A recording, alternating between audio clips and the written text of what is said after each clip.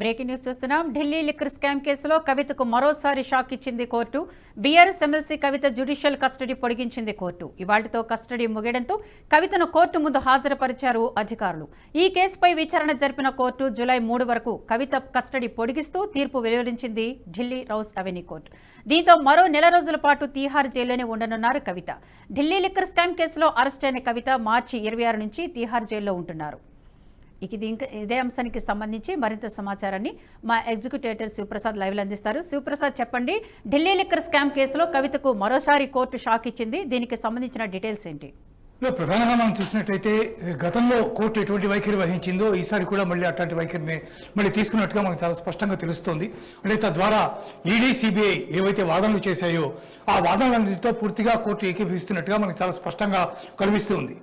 ఎందుకంటే ఈ కేసులో ప్రధానమైనటువంటి వ్యక్తి లింక్ పిన్ ఎవరైనా ఉన్నారంటే అది కవిత మాత్రమేనని చెప్పి అటు ఈడీ కానీ ఇటు సిబిఐ కానీ రెండు కూడా చాలా తీవ్రంగా వాదించాయి. వాటికి సంబంధించి కొన్ని ఆధారాలను కూడా కోర్టుకి సమర్పించినాయి. వాటిలో అనేక రకాలైనటువంటి వాట్సాప్ చాట్లు కానీ లేదా కొన్ని సందర్భాలకు సంబంధించినటువంటి అంశాలు కానీ ఇవన్నీ కూడా దాంతో చాలా స్పష్టంగా అందజేసింది. అట్లాగే అనుబంధ ఛార్జ్ షీట్లు కూడా దాఖలు చేసినాయి దీనికి సంబంధించి.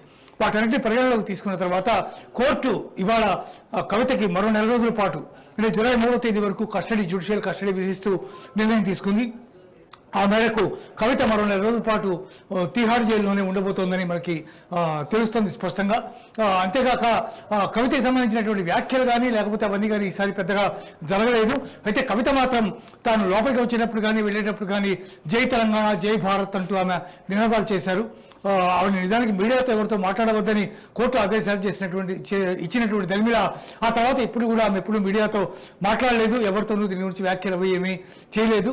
ఇవాళ మాత్రం జై తెలంగాణ, జై భారత్ అంటూ మాత్రమే ఆవిడ కోర్టులోకి వచ్చి వెళ్ళిపోయారు. ఆవిడకి మరో నెల రోజుల పాటు కస్టడీ కోర్టు నిర్ణయం ప్రకటించిన దరిమిలా ఆవిడని మళ్ళీ వెంటనే తిహార్ జైలుకి తరలించడం జరిగింది. విద్య, అంటే ఈడీ కేసు నుంచి అసలు బయటపడాలంటే పైకోర్టులోంచి బెయిల్ వస్తేనే పడే అవకాశం ఉంది అని అనుకోవచ్చు. ఎందుకంటే మనీష్ సిసోడియా కూడా దాదాపు గత 2 సంవత్సరాల నుంచి జైల్లోనే మగ్గుతున్నారు. కవిత పరిస్థితి కూడా అలాగే కొనసాగే అవకాశం ఉందా? ఇప్పుడు చెప్పలేము. ఎందుకంటే ఆమె మీద ఉన్నటువంటి కేసు ఎంత స్ట్రాంగ్గా ఉంది అనే దాని మీద అది ఆధారపడి ఉంటుంది. అంటే సాధారణంగా జ్యుడిషియల్ కస్టడీ ఎందుకు ఇస్తారు అంటే ఆమె బయట ఎవరిని కలవకూడదు, ఎవరితోనూ మాట్లాడకూడదు, ఎవరితోనూ దీనికి సంబంధించినటువంటి సంప్రదింపులు చేయకూడదు, ఎవరితోనూ దీనికి సంబంధించి ఎవరిని ప్రభావితం చేసేటటువంటి అవకాశం ఉండకూడదు. ఇటువంటివన్నీ కారణాలను దృష్టిలో పెట్టుకుని జ్యుడిషియల్ కస్టడీ ఇస్తారు. అందువల్ల జ్యుడిషియల్ కస్టడీ ఇవ్వడంలో ప్రధానమైనటువంటి ఉద్దేశం వాళ్ళు ప్రభావితం చేస్తారనేదే కోర్టు యొక్క ప్రధానమైనటువంటి ఉద్దేశం. అందువల్ల ఎంతకాలమైనా వాళ్ళు బయటకు వెళ్తే, బెయిల్ మీద కనుక బయటకు వెళ్తే డెఫినెట్గా దీనికి సంబంధించి ఎవరినైనా ప్రభావితం చేయవచ్చు, మాట్లాడవచ్చు, ఇంకోటి ఏదైనా జరగచ్చు అనేటటువంటి నమ్మకం ఉంటేనే కోర్టు ఆ విధంగా ఖచ్చితంగా చేస్తుంది. అందువల్ల దీంట్లో ఆవిడ ప్రధానంగా దీంట్లో ఎంతో కొంత ఖచ్చితంగా నేరానికి పాల్పడ్డారు అనేటటువంటి నిర్ణయానికి కొంతవరకు కోర్టు వచ్చి ఉంటేనే, అంటే ప్రూవ్ అయిన తర్వాత కానీ ఆమె దీనికి సంబంధించి కన్విక్ట్ అవునా కాదా అనేది తెలియదు. కానీ దీంట్లో ఆమె ప్రమేయం ఉందనే విషయాన్ని మాత్రం కోర్టు నమ్ముతూ ఉందని మనం భావించాలి.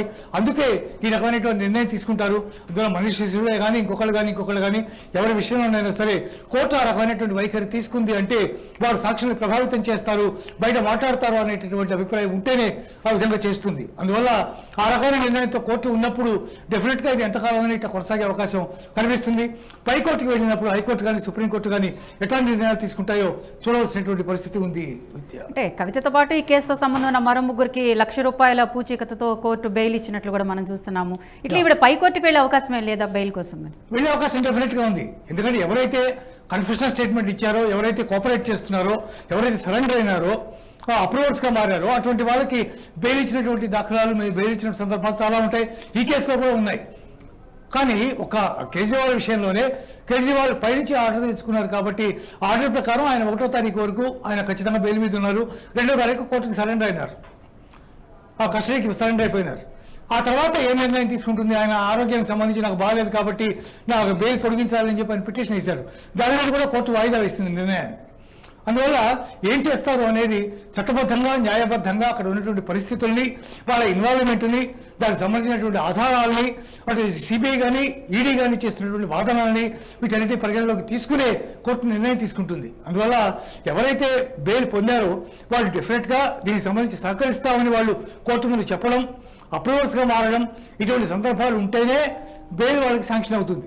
అంతేకాకుండా ఒకవేళ కొంతమందికి అప్రూవల్ కాకపోయినా బెయిల్ ఇవ్వడానికి వాళ్ళు ఇంత తీవ్రమైనటువంటి నేరం కాదు, దీంట్లో ఎంతవరకు ఇన్వాల్వ్ అయ్యారనే దాని మీద పూర్తి స్థాయి నివేదిక కానీ ఆధారాలు కానీ లేవు కాబట్టి అవన్నీ పూర్తిగా వచ్చే వరకు బెయిల్ ఇవ్వచ్చు అనేటువంటి ఆలోచన కూడా సుప్రీంకోర్టు కానీ హైకోర్టు కానీ లేదా స్థానిక కోర్టు కానీ చేసే అవకాశం ఉంటుంది. ఆ మేరకు బెయిల్ ఇస్తారు తప్ప మిగిలినటువంటి కారణాలు కాదు విద్య. అంటే గతంలో మీడియాతో మాట్లాడొద్దని కోర్టు వార్నింగ్ కూడా ఇచ్చిన నేపథ్యంలో మరలా ఈవిడ అంటే జై తెలంగాణని సంబోధించడం కోర్టు లైట్గా తీసుకునే అవకాశం ఉందా? అంటే కేసుకు సంబంధించిన వివరాలు చెప్పలేదు కాబట్టి. లేదు ఎందుకంటే కారణం ఏంటంటే ఆమె ఎవరితోనూ మాట్లాడలేదు. ఎవరితోనూ పర్టికులర్గా కేసు గురించి కానీ కలిగిన వచ్చినా బయటకు వస్తానని కానీ ఇటువంటివన్నీ ఏమీ ఆమె మాట్లాడలేదు కాబట్టి ఓన్లీ జై తెలంగాణ జై భారత్ అంటున్న ఇబ్బంది లేదు. ఆమె రాష్ట్రాన్ని ఆమె ప్రైజ్ చేసింది, అట్లాగే భారతదేశాన్ని కూడా. దాంట్లో ఏమీ తప్పుపట్టాల్సినటువంటి అవసరం ఏమీ లేదు కాబట్టి కోర్టు దాన్ని సీరియస్గా తీసుకోకపోవచ్చు.